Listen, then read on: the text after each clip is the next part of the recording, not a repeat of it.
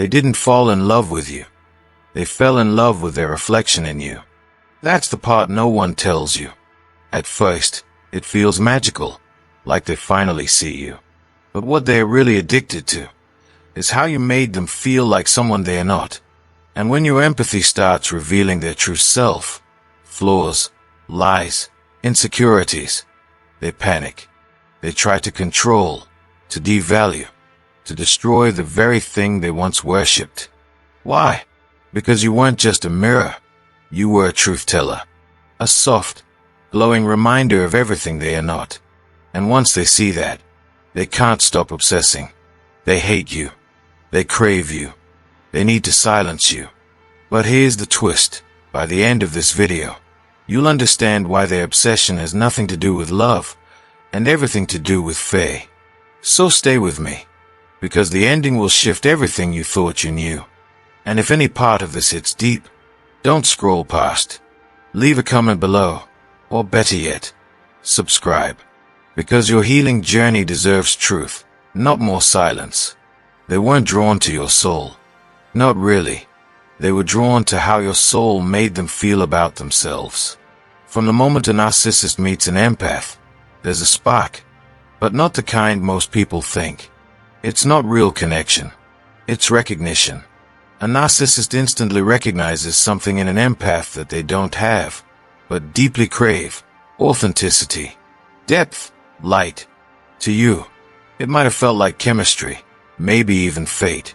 You thought they saw the real you. You believed, for once, someone finally understood your heart. But what they actually saw was a mirror. You didn't just notice them. You reflected back their ideal self, the version they desperately want to believe is real. And that, right there, is where the obsession begins. Because to a narcissist, image is everything. They live behind masks, crafted identities, charming illusions, roles they perform. But deep down, there's a hollowness they can't quite name, a discomfort they constantly try to numb. So when someone like you comes along, open, intuitive, warm, you don't just mirror what they project, you reflect what they wish they were. Strong, kind, grounded, whole. That's what draws them in. Not love, not empathy, but the intoxication of seeing their fantasy self through your presence. And in the beginning, it's intoxicating for you too. Because narcissists don't come in storming. They come in shining, love bombing, complimenting every part of you, telling you things no one else has ever said. It feels like they've known you forever. But it's not because they know you. It's because they've studied you, mirrored you back, made themselves into your ideal. And the more you open your heart, the more power they feel. Not because they want to share your light, but because they want to feed off of it. To them, your empathy is a resource. Your compassion is a tool. Your ability to understand them, to forgive them, to give them the benefit of the doubt, it becomes a playground for manipulation. And all the while, they are falling deeper into the illusion. They become obsessed with the way you make them feel. Not because of love, but because you reflect their false self back so perfectly, they start to believe it's real.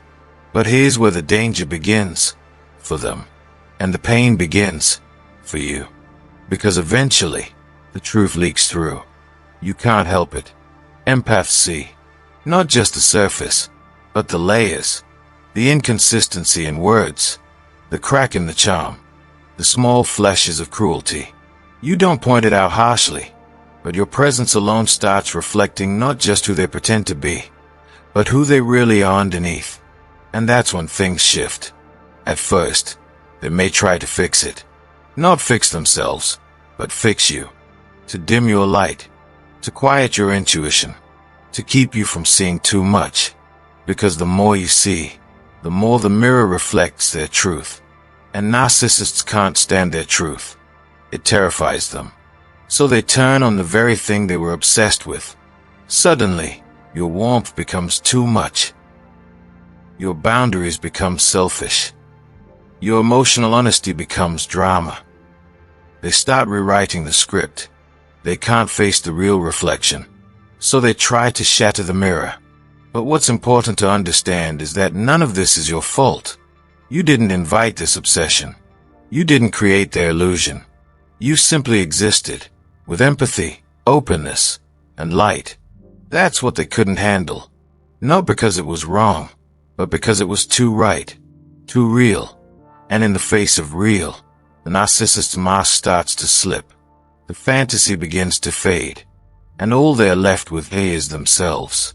Unfiltered, unmasked, unloved, at least by the only person who truly saw them. The obsession doesn't stop. Even when they push you away, even when they discard you or devalue you, a part of them still wants the reflection back. Not because they care about you, but because they miss how they felt in your presence. It's an addiction, in a way. You were their emotional high, their supply, their fantasy. And when you're gone, the mirror is gone too. So they chase it. Sometimes through hoovering, trying to suck you back in with promises and tears. Sometimes through stalking or passive-aggressive games. But always with one goal: to regain control over how they see themselves. Because the hardest truth for a narcissist to face is this: they never really had you. They only had the version of themselves you reflected. And when that version is gone, they are left with the one they can't love. And that's why they obsess. Not because you were too much. Not because you led them on. But because you held up a mirror they didn't ask for. And it showed them a truth they can't unsee. And here's what makes you powerful. You didn't just reflect their fantasy. You also reflect truth, clarity, light. And once that reflection turns inward, once you start seeing yourself with that same depth, that same compassion, you become something they can't touch. You stop dancing for their approval. You stop absorbing their projections. You stop trying to prove your worth. And that is when their obsession turns to rage, or silence, or cold indifference. Because once the mirror stops playing along, the illusion shatters. And for a narcissist, there's no greater injury than being forced to see who they are, without your light to mask it. So no, it was never really about love. It was about possession, about illusion, about feeding a false self through the soul of someone real. You weren't chosen because you were weak. You were targeted because you're strong in a way they can't comprehend. Because you saw, you felt, you reflected. But now, you know. And knowing is the beginning of freedom. There's something that happens when a narcissist meets an empath. Something almost magnetic. Not because they are soulmates, but because the narcissist senses, often unconsciously, that the empath is something they lack. It's not just kindness. It's not just warmth. It's the ability to feel deeply, to tune in, to hold emotional space without judgment. While most people hear words, empaths hear what's underneath. They don't just listen, they absorb. And for someone as empty and disconnected from their core as a narcissist, that attention feels electric, addicting, like being seen for the very first time. But here's the twist. It's not real connection they are after. It's reflection.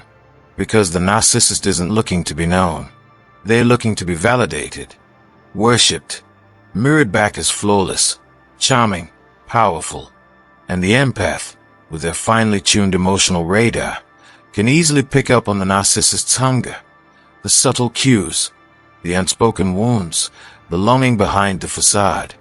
And being naturally wired to help, to heal, the empath leans in, offers compassion, offers understanding, offers presence.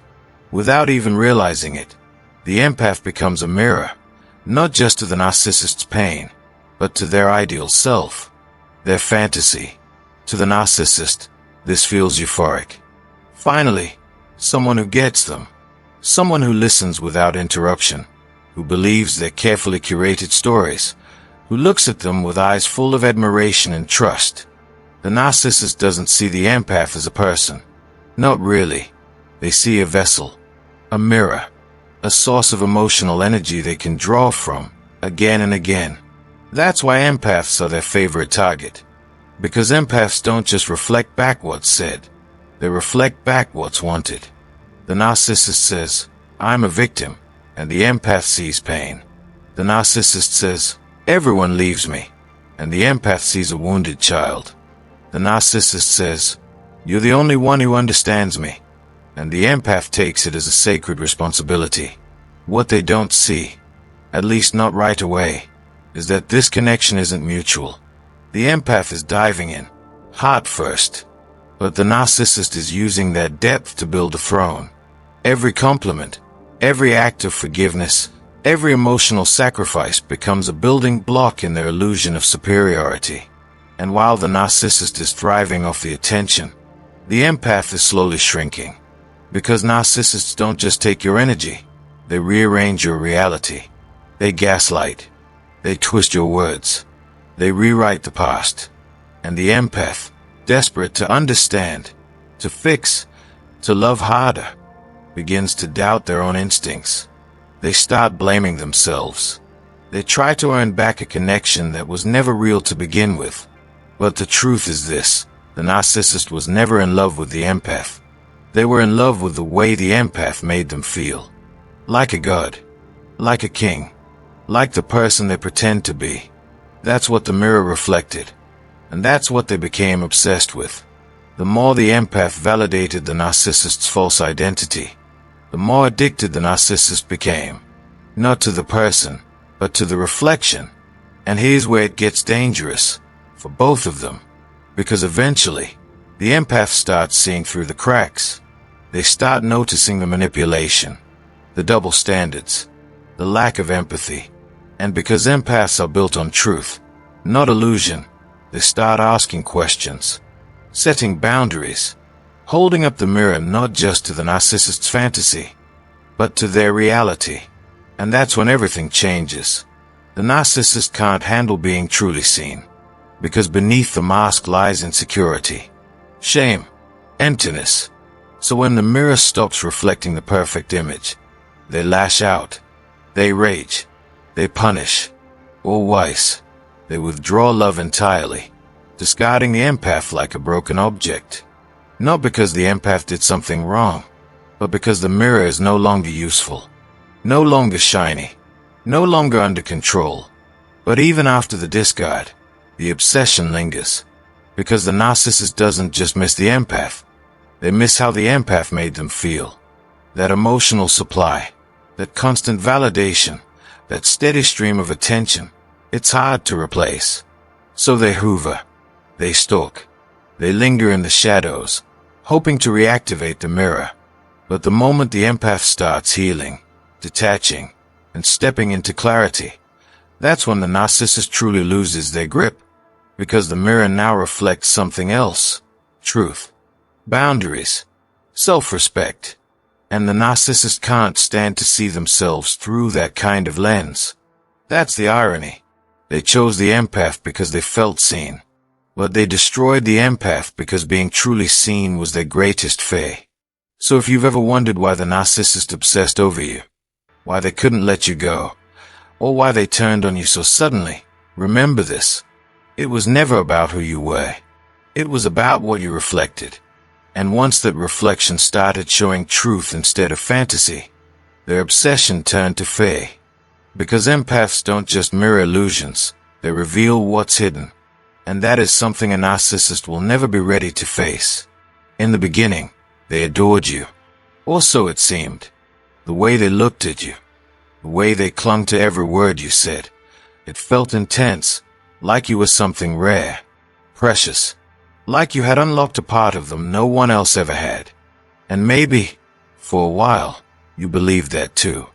That your love, your empathy, your depth had reached some unreachable part of them. But the truth is, what they loved wasn't you. It was who they thought they were when you looked at them. They fell for their reflection in your eyes, not for your soul. And that's where it all begins, the illusion. The fantasy, the act. In your presence, they could pretend to be the good person, the sensitive one, the victim, the hero, whatever mask they needed. Your energy made it feel real, because you, as an empath, reflected whatever emotion they projected. You made their performance believable. Your compassion made their wounds look deep. Your forgiveness made their cruelty seem forgivable. Your understanding made their lies look complicated instead of calculated. You didn't just play along, you felt along. And for a narcissist, that kind of mirroring is addictive. For a while, they feel powerful, redeemed, special, because in your presence, the illusion holds together. But illusions are fragile, and mirrors don't lie forever. It starts subtly. You begin to notice things. The inconsistencies, the excuses, the way they twist your words, the way they react too strongly when you gently question something. Your mirror, once soft and flattering, starts reflecting something different. Truth.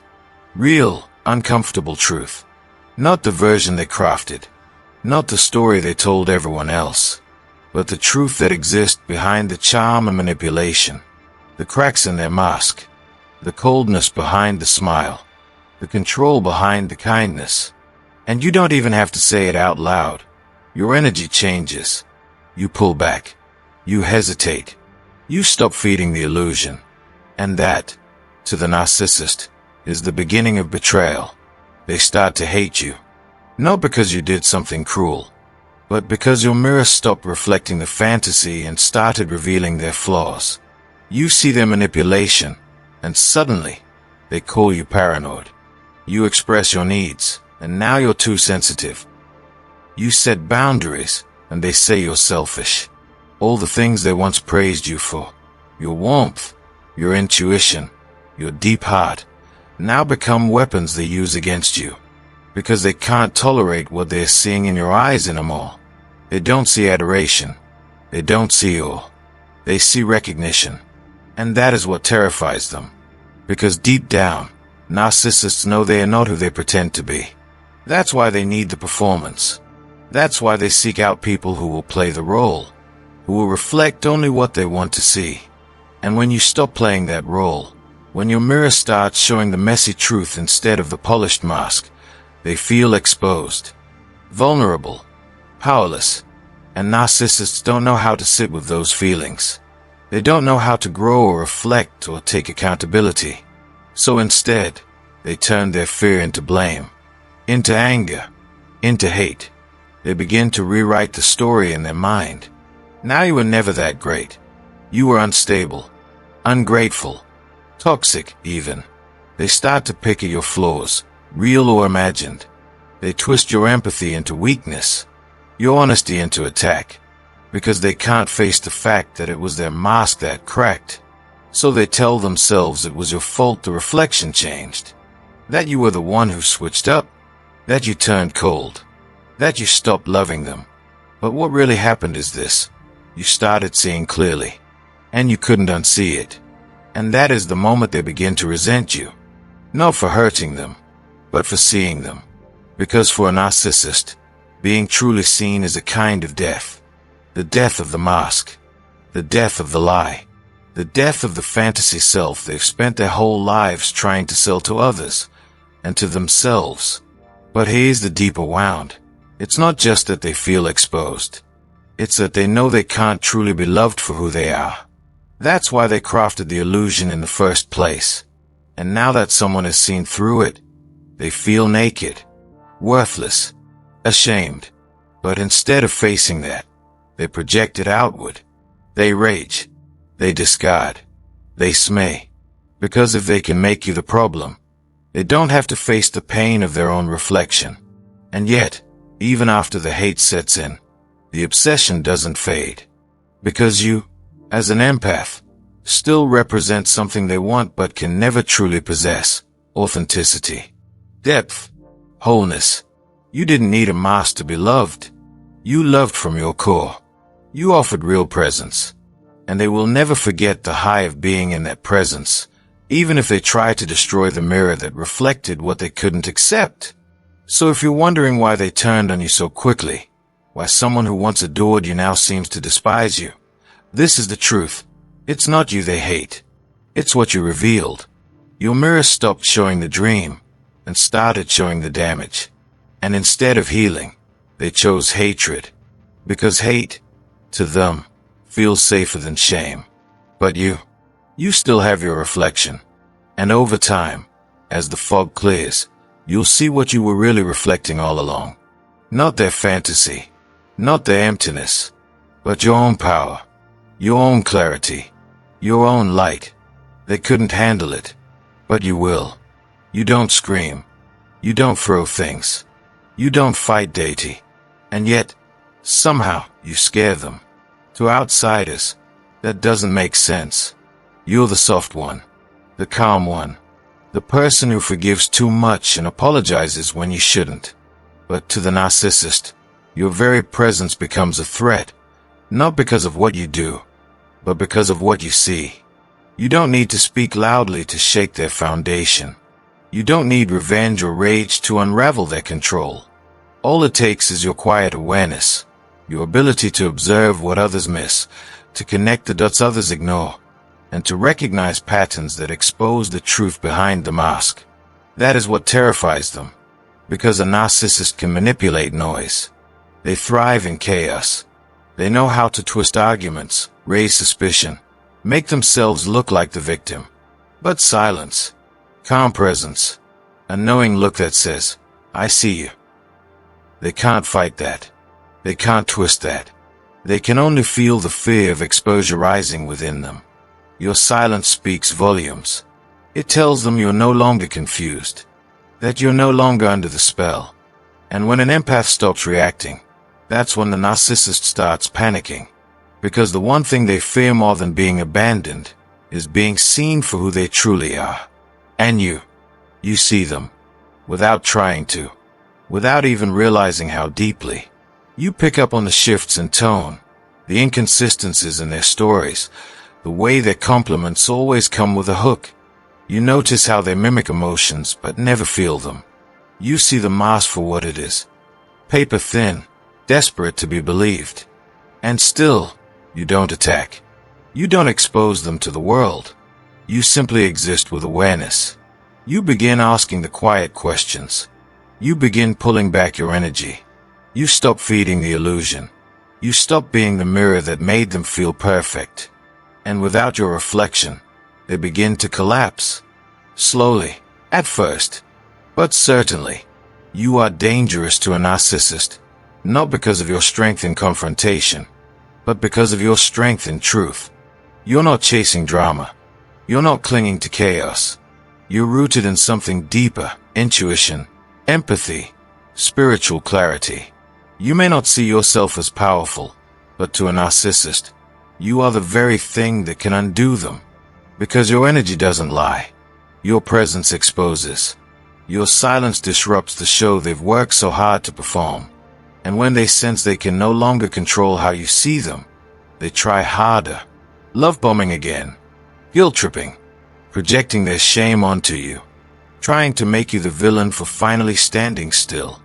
They may call you distant, cold, or ungrateful, but inside, they are unraveling. Because they know, you know. Because what a narcissist fears the most isn't judgment, it's recognition. They can deal with anger. They can handle screaming matches. But what they cannot process is the quiet certainty that says, I see through you, and I don't need to play anymore. That's when the panic sets in. That's when the attacks escalate or the discard begins. Not because you failed them, but because you stopped feeding the fantasy, and their illusion can't survive without your energy. And still, you remain kind. Not because you're weak, but because your strength is not in becoming like them. It's in remaining you. Calm, grounded, observant, whole. That's what threatens the most. That you walked away without needing revenge. That you knew the truth and still chose peace. That you could see their darkness and refused to carry it. To a narcissist, that is terrifying, because they need someone to carry the blame, to hold the pain, to wear the guilt. And you, in your quiet strength, chose to let it all go. You chose to break the cycle, to stop spinning in their game, to trust your knowing. And to them, that feels like defeat. But to you, that's the beginning of freedom. Your quiet awareness is not just a threat to their illusion. It's a mirror to their deepest fear, that someone could see them fully and walk away anyway. Not screaming, not begging, just done. So if you've ever wondered why they turned so cruel when you got quiet, if you've ever questioned why they became more controlling when you became more still, this is why. You didn't need to destroy them. You only needed to see them. And that, to someone built on illusion, is the greatest threat of all. At first, it felt like a dream. The attention, the intensity, the words that seemed to fit perfectly into every empty space inside of you. It felt like destiny, as if the universe had finally given you someone who saw you, someone who celebrated your heart instead of exploiting it. They said all the right things. They remembered the smallest details. They made you feel like the center of the world. The gifts came out of nowhere. The compliments were endless. They told you they had never met anyone like you before, and you believed them. Because why wouldn't you? You weren't expecting a performance. You weren't expecting manipulation. You were looking for connection. You were looking for love. But here's the truth. The love bomb was never love.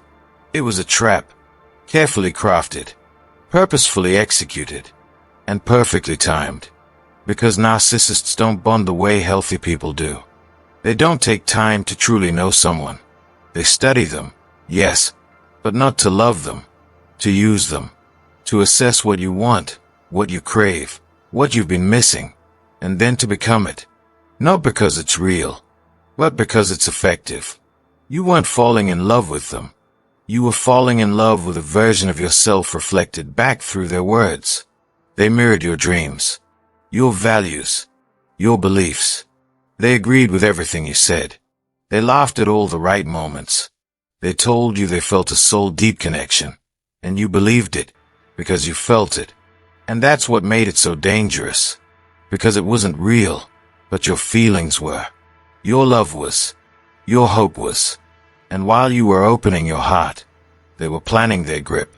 The love bomb is not affection, it's strategy. The rapid intensity, the "you're my soulmate" lines, the excessive flattery, it's all part of the setup.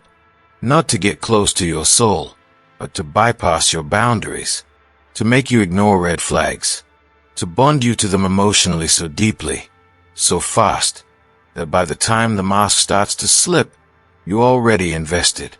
You've already attached. You've already told yourself, this is different. This must be real.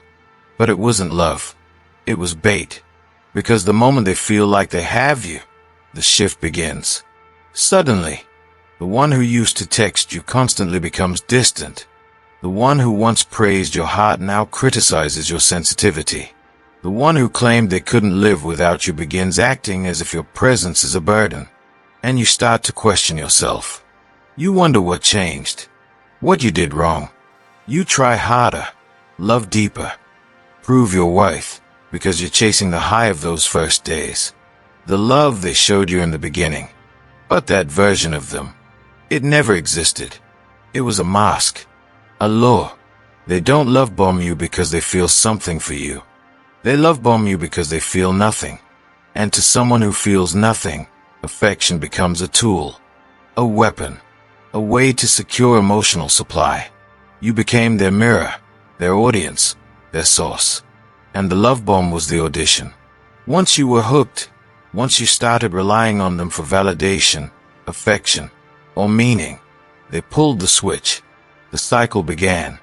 And that's what makes it so devastating. Because for you, it was love. It was hope. It was healing. But for them, it was control.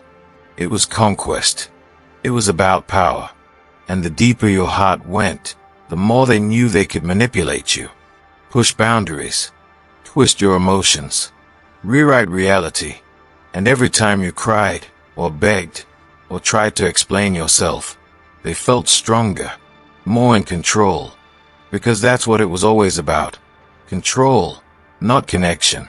You see, a narcissist doesn't fall in love with you. They fall in love with the way you reflect their fantasy. The way your love makes them feel important. The way your presence hides their emptiness. They don't want to grow with you. They want to feed off you. And once the feeding begins, the mask drops, the charm fades, the cruelty surfaces, and all you're left with is confusion and pain. But here's the hardest part. Even after all of that, you still miss the beginning. You miss the version of them that never existed. You replay their words, the moments that felt real, and wonder how it all changed. You doubt yourself. You wonder if you were too much, too emotional, too insecure. But the truth is, you weren't too much. You were targeted. Because your heart is open. Because your soul is deep. Because your empathy is rare. And those are the qualities that made you the perfect target for the love bomb. But here's what they didn't expect. That one day, the fog would lift. That one day, you'd stop chasing the high. That one day, you'd look back and see the pattern, the performance, the hook behind the hunted words. And when you do, something shifts. You stop blaming yourself. You stop believing the lie that their cruelty was somehow your fault. And in that moment, you take your power back.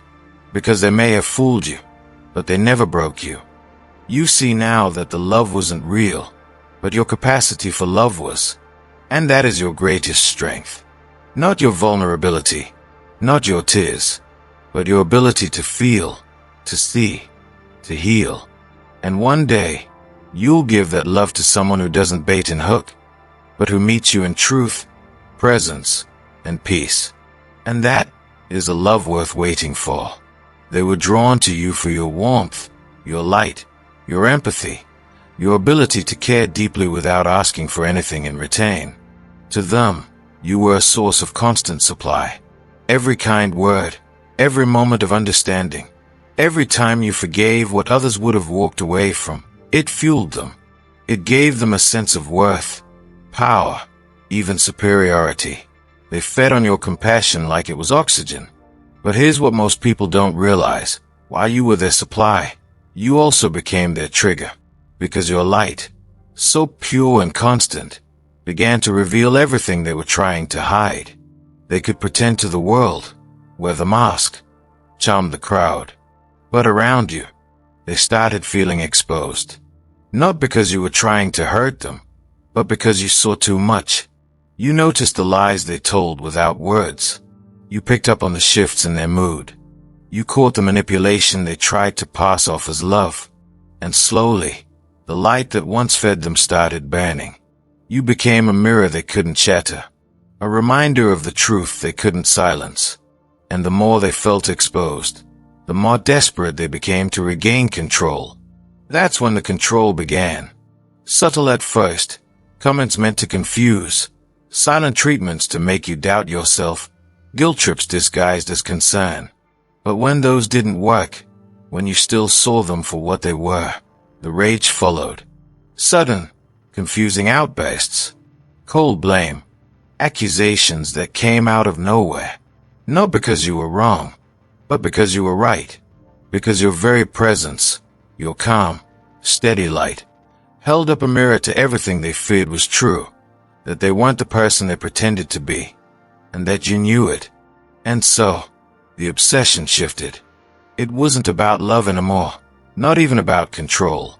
It became about erasing the mirror, dimming your light, making you question yourself so much that you'd stop seeing them clearly. Because as long as you saw the truth, they couldn't hide. As long as you stayed grounded in your empathy and insight, they couldn't manipulate. And that made you dangerous. You were never just a supply. You were the threat they never saw coming. The one person who gave them everything they wanted while quietly showing them everything they weren't. That's why they couldn't leave you alone. And that's why, in the end, they tried so hard to destroy the very thing they once called home. Not because you changed, but because you didn't. They always come back. Not out of love, not out of regret, but because something they were feeding off of has gone missing. And it's not you, it's the version of themselves they saw through your eyes. See, when a narcissist finds someone who truly sees them, someone who reflects back not just their charm, but their potential, their fantasy, their grand illusion, it becomes intoxicating. You didn't just listen. You believed in them. You didn't just encourage them. You elevated them. And for a while, that feeling made them feel unstoppable. Like they were finally who they always pretended to be. That's what you gave them. A reflection so powerful, so affirming, that it made them feel larger than life. It wasn't love they were addicted to.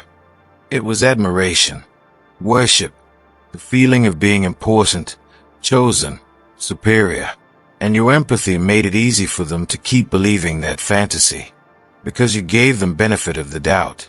You filled in the gaps with grace.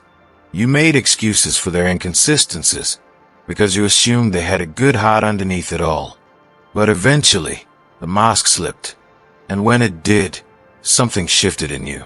You stopped reflecting the fantasy and started seeing the reality. You started asking questions. You started setting boundaries. You started saying no. And that's when it all fell apart. The mirror cracked. And the image they saw in your eyes was no longer invincible. It was flawed, vulnerable, human. So they left, or discarded you, or tried to replace you. But here's the truth they don't want to face. They didn't just lose a person. They lost a mirror. And no one else reflects them the way you did. No one else sees through them and still offers grace. No one else has that rare balance of deep insight and deep love. And that haunts them. They come back not because they've changed, but because they hope you haven't. They hope you're still that soft place to land. Still willing to carry their pain. Still able to hold up that magical mirror and say, I see the best in you.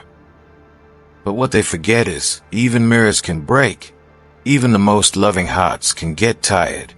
And even empaths can outgrow illusions. When they return, it's not romance, it's retrieval. A desperate attempt to reclaim the feeling of invincibility they once had in your presence. But you're not the same. You've seen too much. And once an empath wakes up, the spell is broken. You no longer reflect the fantasy. You reflect the truth. And that's what they really can't stand. They saw something in you the moment they met you. Maybe you didn't even know it was there. But they did. They saw a calmness, a glow, a kind of peace that couldn't be faked, bought, or manipulated. You weren't trying to impress anyone. You weren't putting on a show. You were just being real. And for someone who lives behind masks, that's unbearable. To them, you were light. And light is dangerous to darkness because it exposes everything hiding in the shadows. You didn't have to speak loudly or demand attention. Your presence alone made people feel seen, safe, and understood. You listened when others talked. You felt what others felt. That's the kind of empathy that makes people feel human again. But for a narcissist, it's more than that. It's intoxicating and infuriating, because deep down, they know they can't feel like that. They can mimic it. They can fake charm. They can play loving. But real empathy, real emotional connection, it terrifies them, because it's a language they can't truly speak. And you were fluent. So they smiled at first, admired you, mirrored you. They acted like they were just like you. Deep, kind, soulful. But really, they were studying you, trying to figure out where that peace came from, trying to figure out how to take it, bottle it, and wear it like a mask. Because for them, it was never admiration. It was envy dressed up in fascination. And envy always turns. You see, they weren't just jealous of how others responded to you. They were jealous of the way you lived with yourself. How you could sit alone and not feel empty. How you could love without strings attached. How you could cry and not feel weak. How your emotions weren't a threat. They were a strength. Narcissists don't understand that kind of inner world. They live in chaos, insecurity, and constant comparison. So your peace didn't calm them. It aggravated them. It reminded them of everything they couldn't be. They wanted to be near you not because they loved you, but because being close to you made them feel something. It gave them a glimpse of what it's like to be real. But here's the painful truth. They didn't want to change to reach your level. They wanted to drag you down to theirs. Because if they couldn't have what you had, they would rather see it destroyed. That's why they tried to chip away at it. Slowly, subtly, like poison dropped into water. They started small. Comments that made you doubt yourself. Moments that made you question your intuition. They needed to dim your light just enough that you'd start believing they were the source of it. But the thing they never understood is this. Your light wasn't a costume. It wasn't something someone gave you. It was born from everything you've survived. Every time you were broken and rebuilt. Every wound that healed with truth, not denial. Your empathy didn't make you weak. It made you powerful. And that power scared them in ways they couldn't even admit to themselves. Because no matter how much they tried to manipulate you, they couldn't be you. They couldn't recreate that radiance. It wasn't yours because someone approved of you. It was yours because you knew yourself. And so the envy grew. And with it, the cruelty. They mocked the very things they once praised. Suddenly, your sensitivity was too much. Your kindness was naive. Your peace became boring. And your light, they called it fake. Why? Because they couldn't stand that it still existed. That after everything they did, you were still glowing. Maybe not as brightly. Maybe a little cracked. But still shining. Still showing up with heart. That's when the mask really drops. Because once a narcissist realizes they can't control your light, they try to extinguish it. Not because you hurt them, but because your existence challenges their entire illusion. You see, they built their identity on appearances, on control, on manipulation. But you showed up as your full self, flaws and all, and people loved you for it. That's something they'll never understand. So they punish you for it. They spread lies, twist stories, play the victim. Because if they can't be the light, they'll do everything in their power to convince the world that you were the darkness. But deep down, they know the truth. That's why they watch your every move even after they discard you. Why they stalk your social media. Why they circle back months or years later pretending to have changed. Because they're still trying to figure out how you do it. How you live in truth while they're drowning in illusion. But you've learned something they never will. You've learned that your peace is sacred. That your empathy is a gift, not a flaw. That your light doesn't need validation. It just needs protection. You're not responsible for their healing. You were never meant to fix them. They came into your life not to teach you love, but to teach you the difference between love and attachment, between energy exchange and energy theft, between being seen and being used. So if they hated your light, it means you still have it. If they tried to destroy your empathy, it means they knew it was powerful. And if they couldn't stand your peace, it means it was real. They envied your light. But that's not your burden to carry. It's their wound to confront. Let them stay in the shadows, if that's what they choose. You keep shining. They never expected you to survive. Not really. Because the way they crafted the chaos, the confusion, the gaslighting, the emotional push and pull, it wasn't just to hurt you. It was designed to trap you, to make you doubt yourself so deeply that you'd keep circling back for clarity, for closure, for some thread of validation that never came. They fed on that cycle. Your hope, your confusion, your desperate need to make sense of the senseless. That was their playground. But something happened that they never saw coming. You stopped playing. You stepped back. You got quiet. You started asking different questions, not about them, but about you. At first, it didn't look like healing. It looked like silence, like detachment, like numbness, maybe even guilt. But beneath the surface, something sacred was happening. The pieces of you they tried to scatter were slowly finding each other again. You began to sit with your pain instead of running from it. You stopped chasing closure and started creating peace. And that is what they never planned for. Because healing doesn't make you louder. It makes you clearer. And to someone who thrives on confusion and emotional chaos, that clarity is unbearable. See, as long as you were reacting, crying, arguing, begging, they still had access to your energy, your light. Even in your pain, you were feeding them. But when you healed, when you stopped explaining yourself, when you stopped wondering if it was your fault, when you no longer needed them to understand, admit, or apologize, they lost you. And not just your body, your energy, your vulnerability, your emotional availability. That's what they really wanted. Your light. And now, for the first time, you took it back. They always believed they could break you and still keep your loyalty. They underestimated your soul. Because when an empath begins to heal, they don't come back the same. They come back whole. And a whole person is impossible to control. That's why they panic when you go quiet. That's why the smear campaigns begin. That's why they suddenly reach out after weeks or months. They don't miss you. They miss the version of you who didn't know better. They miss the you who still explained, defended, stayed. But you've changed. You've learned that silence is not weakness, it's strength. That not every battle deserves your voice. That closure is something you can give yourself, and peace is something you can protect without apology. And they hate it, because they can no longer access you the way they once did. You're no longer triggered by their games. You see through the manipulation. You no longer crave their validation. You're simply free. And here's the part they can't admit, even to themselves. They never truly had power over you. They only had access. They never expected you to survive.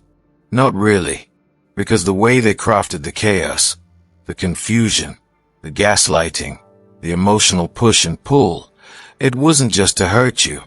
It was designed to trap you, to make you doubt yourself so deeply that you'd keep circling back for clarity, for closure, for some thread of validation that never came. They fed on that cycle. Your hope, your confusion, your desperate need to make sense of the senseless. That was their playground. But something happened that they never saw coming. You stopped playing. You stepped back. You got quiet. You started asking different questions, not about them, but about you. At first, it didn't look like healing. It looked like silence, like detachment, like numbness, maybe even guilt. But beneath the surface, something sacred was happening. The pieces of you they tried to scatter were slowly finding each other again. You began to sit with your pain instead of running from it. You stopped chasing closure and started creating peace. And that is what they never planned for. Because healing doesn't make you louder. It makes you clearer. And to someone who thrives on confusion and emotional chaos, that clarity is unbearable. See, as long as you were reacting, crying, arguing, begging, they still had access to your energy, your light. Even in your pain, you were feeding them.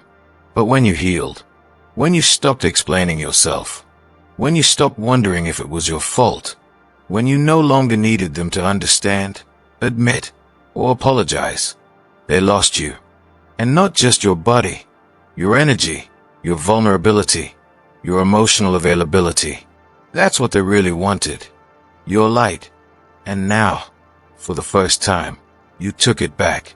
They always believed they could break you and still keep your loyalty. They underestimated your soul. Because when an empath begins to heal, they don't come back the same. They come back whole. And a whole person is impossible to control. That's why they panic when you go quiet. That's why the smear campaigns begin. That's why they suddenly reach out after weeks or months. They don't miss you. They miss the version of you who didn't know better. They miss the you who still explained, defended, stayed. But you've changed. You've learned that silence is not weakness, it's strength. That not every battle deserves your voice. That closure is something you can give yourself, and peace is something you can protect without apology. And they hate it, because they can no longer access you the way they once did. You're no longer triggered by their games. You see through the manipulation. You no longer crave their validation. You're simply free. And here's the part they can't admit, even to themselves. They never truly had power over you. They only had access. And you were the one who allowed it, because of your love, your empathy, your hope. But now, you choose differently. You protect your peace like a sacred temple. You set boundaries that aren't negotiable. You no longer confuse love with suffering. You've learned that your worth was never measured by how much pain you could tolerate in the name of love. You've become their worst nightmare, not because you've turned cruel, but because you've turned conscious. You no longer feed the illusion. You no longer mirror their fantasy. You see them, and you've chosen to walk away anyway. And that's what terrifies them most. Not your anger, not your words, but your absence, your peace, your freedom. Because now they know. You don't need them.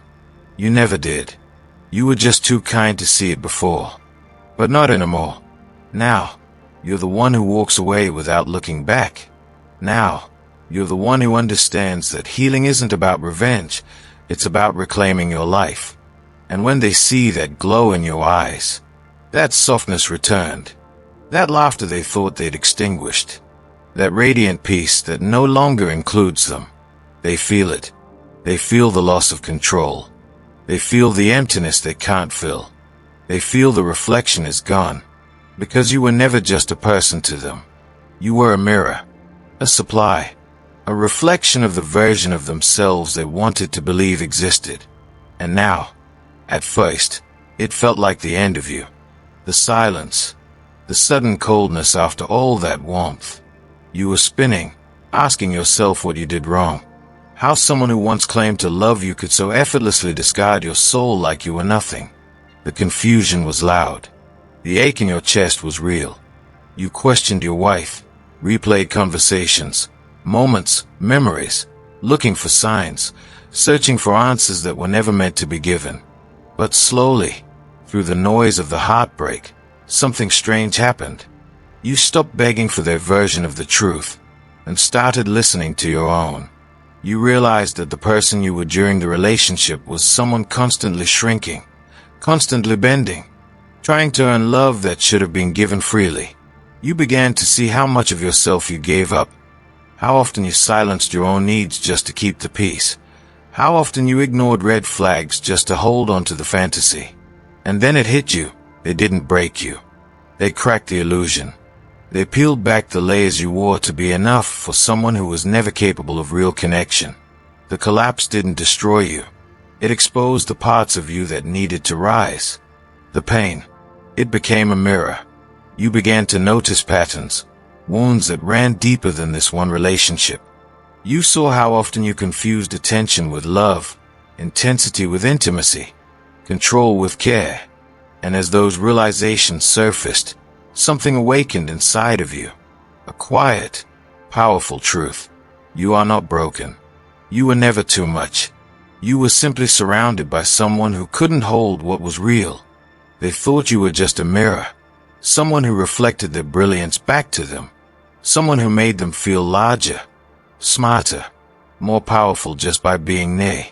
And at first, that's exactly why they were drawn to you. Because an empath doesn't just see a person. They feel them. They hold space for them. And in that silent space, even a narcissist feels important. They saw their fantasy in your eyes, their illusion in your empathy. You reflected what they wanted to believe about themselves. Charming, desirable, good. But slowly, subtly, that mirror started doing something they didn't expect. It started showing the parts they've buried, the flaws, the contradictions, the brokenness. Not because you tried to expose them, but because your light was simply too pure to lie. You didn't even have to speak. Your presence revealed the truth. And that truth,